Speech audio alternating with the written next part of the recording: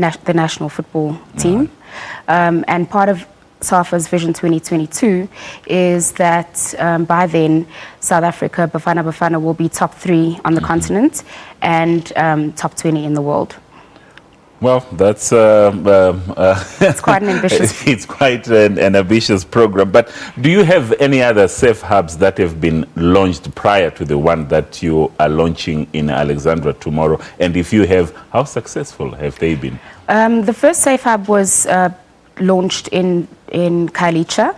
As I mentioned to you before the show, it was actually founded by a German gentleman called named Florian Zech. Right. He came out to South Africa and stayed inside in the community and realized what the social issues were. He realized that we could use football as a tool to engage the social issues in the community. So there are currently 2 safe hubs in Cape Town, one in Khayelitsha, one in Gugulethu. The results so far have been phenomenal.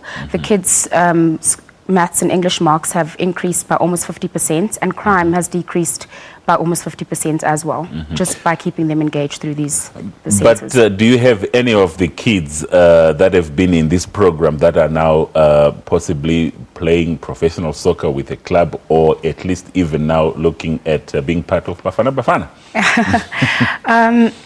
The kids definitely are playing in clubs.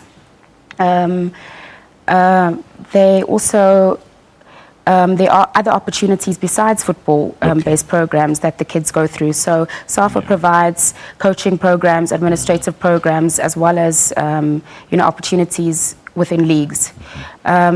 Some of the other issues that are addressed as well are things like employment. So Total Sports, for example, is sponsoring the Safe Hub in Alex, the one that we're launching tomorrow. Partners like Total Sports, amongst other corporates, would provide entry-level employment for people who come through the programs and don't actually make it in football. Now, the hub, the Safe Hub that you are launching in Alex, that you're talking about tomorrow, is it any different, or is it a direct replica of the ones that you have in Cape Town? The ones in Cape Town currently have youth cafes and centres built around the pitch.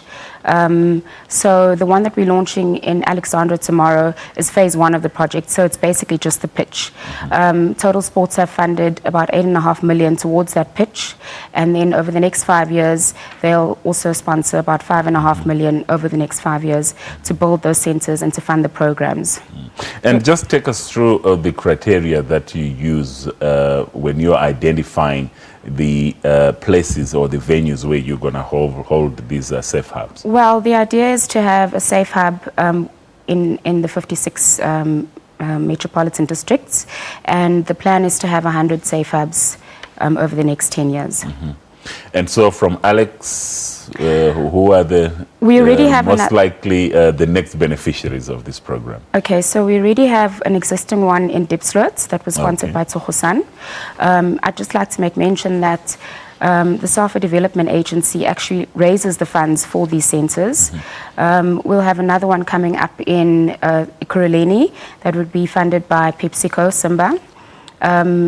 In the next year, we should have about 7 more safe hubs. There are plans to convert the Nike Centre in Pimville, Jabulani, their centres in the Northern Cape, Western Cape. Yeah. All right. Now, this program is linked to your vision at Safa, Vision 2022. What exactly is this Vision 22? Well, as mentioned to you, it's an ambitious plan, but it's addressing football issues from a grassroots level and giving everyone a fair opportunity to make it, hopefully, to national level, with the goal in mind that the South African national team will be top 3 on the continent and top 20 in the world. Well, all the best with your launch tomorrow, and of course in your future endeavors with the safe hubs. But it was nice chatting to you. Thanks again. Thank you so much. Well, that was Margeaux Swartz, the Marketing and Communications Manager for Safa's Development Agency. Now, let's move on to some tennis news now.